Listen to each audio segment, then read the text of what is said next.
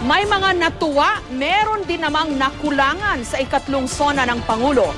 Mahaba man daw kasi ang speech na umabot ng 1.5 oras, tila marami pa ring mahalagang isyong hindi nabanggit, katulad ng Freedom of Information Bill.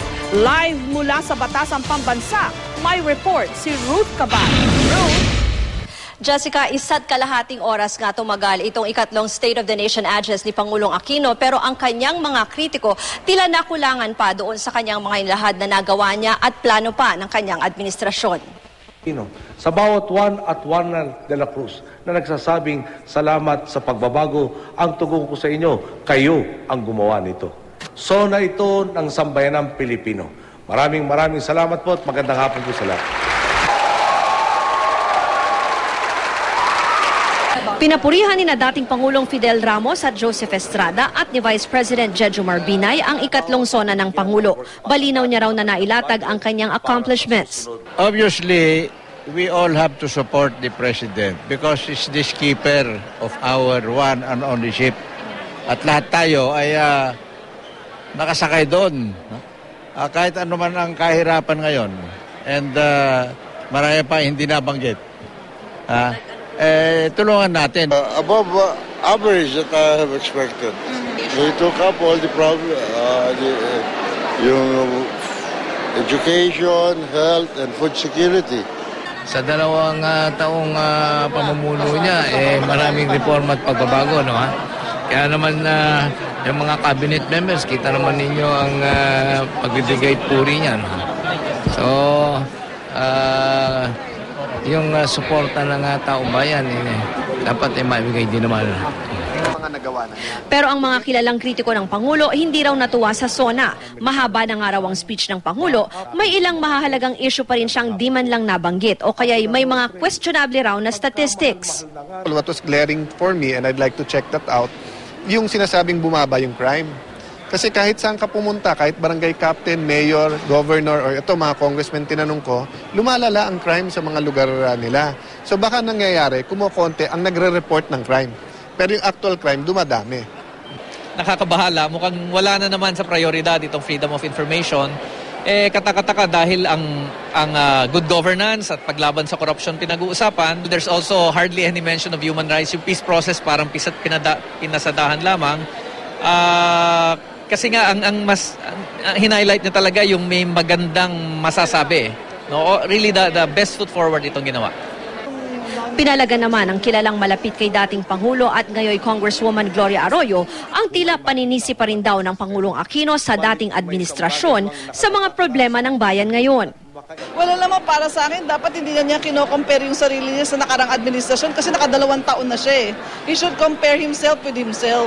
As long as he already filed the necessary cases in court for alleged anomalies, then he should let the Ombudsman and the DOJ perform their duties and he should start focusing now on the real task of governance that will address the gut issues of Juan de la Cruz.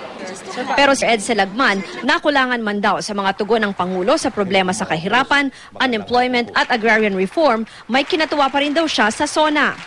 We are truly happy and energized by the President's renewed and categorical endorsement for the enactment of the Responsible Parenthood and Reproductive Health Bill.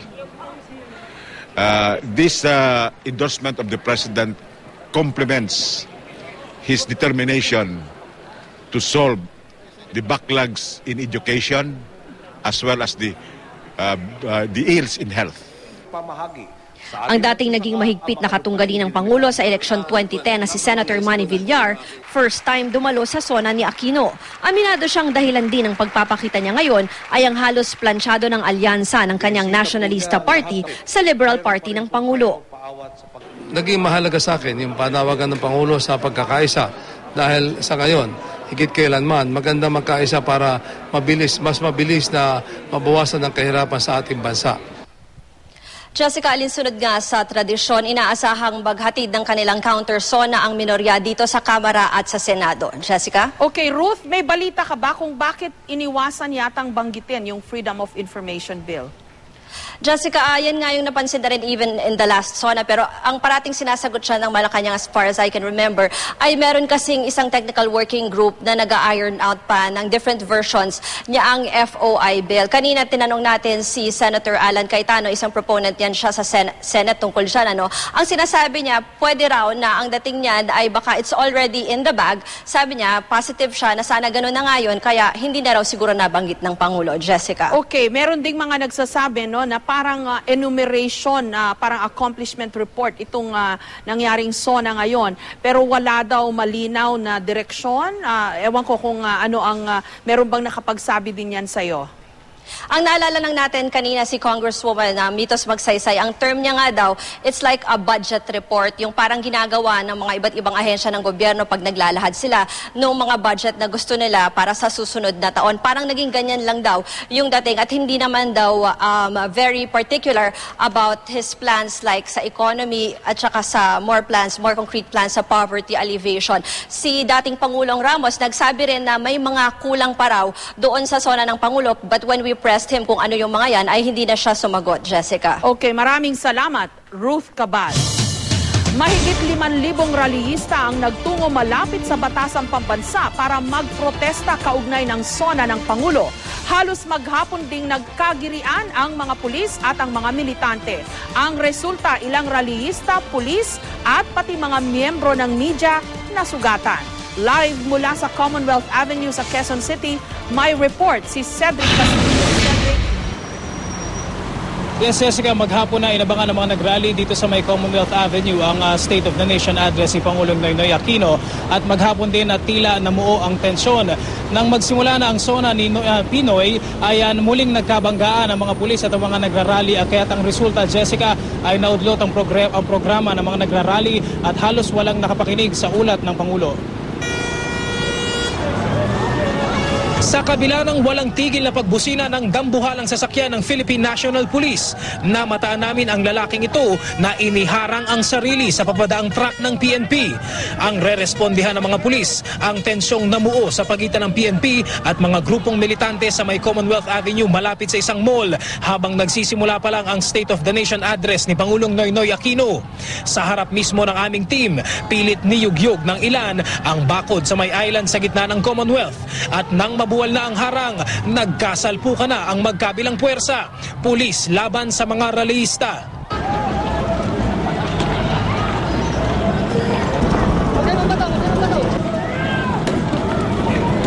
Matapos ang ilang saglit na paluan at urong-sulong na magkabilang panig, nagsimula ng magliparan ang mga bato, kahoy at mga placard mula sa iba't ibang direksyon. Sa northbound lane lamang ng Commonwealth, pinayagang magkilos protesta ang mga militante kaugnay ng SONA ng Pangulo. Pero bahagyang napaatras ang hanay ng mga pulis nang biglang umabante ang ilang rallyista sa southbound lane ng highway. Matapos ang komosyon, hindi raw bababa sa 80 ang sugatan sa mga rallyista. Maging sa hanay ng mga pulis, may tinamaan din. Aminado ang mga militante, hindi na raw nakapagtimpi ang ilan sa kanila, lalo pat naaayon daw sa batas na pwede silang magtungo sa batasan. We try to control it, okay? We have lawyers, we have people, we have marshals to police the situation.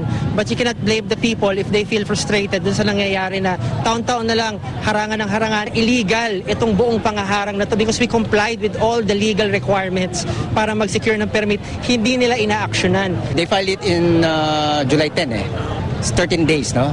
No action, no notice, no information, no approach. Under the law itself, it is deemed granted. We have agreed na there should only be one designated area dito nga sa Ever for them to stage their protest, and enough naman yung space na to hold their numbers. Dangan nga lang at gusto pa rin nilang pumilit na pumawila sa opposite lane, and we did not allow that. Maaga pa lang nabalot na rin ang tensyon ng kahabaan ng Commonwealth nang tumawid din sa southbound lane ang mga rallyista.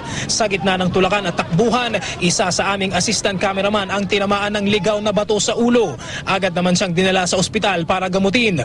Tanghali rin ng tila mataranta ang mga otoridad nang biglang makalusot at makalapit sa batasan ang mga rallyista. Katatapos lang ng mga ito na magsunog ng FEG nang bigla silang umaksyon. Dire-diretso ang mga ito hanggang IBP Road at kahit hinarang ng mga pulis, di sila nagpatinag hanggang sa masukol sa kanto ng Rosal at IBP. Sa kalagitnaan ng sona ng Pangulo, binaklas na ang setup ng mga rallyista at maging ang sound system para sana sa public monitoring ng kanyang talumpati. Wala man halos nakapakinig sa pag-uulat ng Pangulo. Napupulsuhan pa rin daw ng mga naroon ang kakulangan at mga naisakatuparan ng kasalukuyang administrasyon. Approve ng K-12 para sa eskwela ng mga bata. Bakit po? Kasi apektado yung anak ko doon eh. So, hindi naman kinakailangan na dagdagan yung maging K-12 yan eh. Ang kinakailangan ay dagdagan yung budget para sa education. Matindi yung mga demolition ngayon. Yung mga kapatid naming indigenous peoples, pinapaalis sa mga komunidad nila dahil sa mining. Meron ako nakikita mga improvement na ginawa ni Pinoy. Tulad po ng? Tulad ng sa 4Ps na pangkabuhayan program niya. Marami na siya natulungan. Sa tingin niyo, sir, magkakaroon tayo ng zona na wala nang magmamarcha ng mga nagpoprotesta? Well, that's a lot of challenge kay Pinoy, no?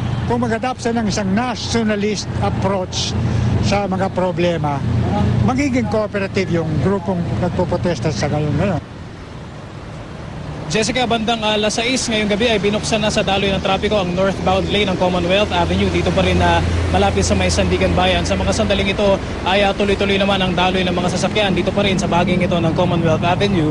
Wala pang abiso mula sa PNP kung kailan ililift ang full alert status. Pero sa mga nakaraang zona raw ng Pangulo ay inaabot daw ang alert status hanggang sa susunod na araw. Jessica. Okay, so Cedric, wala nang problema ngayon sa traffic dyan sa Commonwealth. Actually, Jessica, kung ikukumpara rin natin nung last year, napakabilis din nung pag-action dito ng mga MMDA tsaka iba pang mga naglilinis dito sa areang ito. Right after na ma-disperse o mag-aalisan yung mga nagrarally dito kanina, Jessica, ay nalinis agad itong Commonwealth. Around before 6 p.m., 2 lanes na agad yung binuksan nila. And right now, I think yung buong Commonwealth, yung buong 8 lanes, ditong isang side ng Commonwealth na ito ay bukas na para sa daloy ng trapiko, Jessica. Okay, in the meantime, ilan lahat ang sugatan dahil dun sa mga batuhan at brasuhan na nangyari kanina?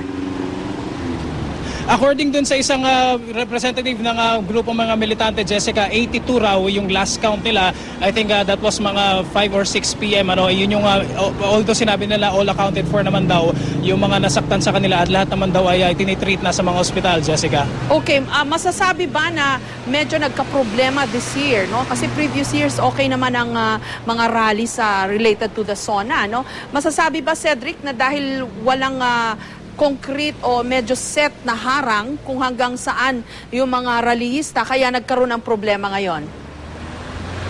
Actually, Jessica, kung ikukumpara rin natin last year, kasi dito rin tayo nag-cover, no? Mas maunti yung mga umattend last year. Kumbaga, mas marami yung mga rallyista na napansin natin ngayong araw na ito. At mas marami rin yung mga members ng PNP na humarang kanina na nagbarikada. In fact, I can't remember nung last year kung mayroong mga hinarang na truck dito sa areang ito. Pero this time around, kung kanina ay may mga truck na hinarang dun sa areang ito. Ang impormasyon na nakarating sa atin, Jessica, medyo naisip daw ng mga rallyista na since talaga naiisip nila na hindi naman daw talaga sila hinaharangan the previous years, medyo sinubukan nila na lumapit nga dito sa may Batasan Complex. At ang sinasabi nga nila, issue daw ito ng pagbibigay ng permit. Ang sabi nila, kung sila tatanungin, legal naman daw na makalapit sila, bagay na hindi naman pinayagan ng PNP, Jessica. Okay, maraming salamat, Cedric Castillo.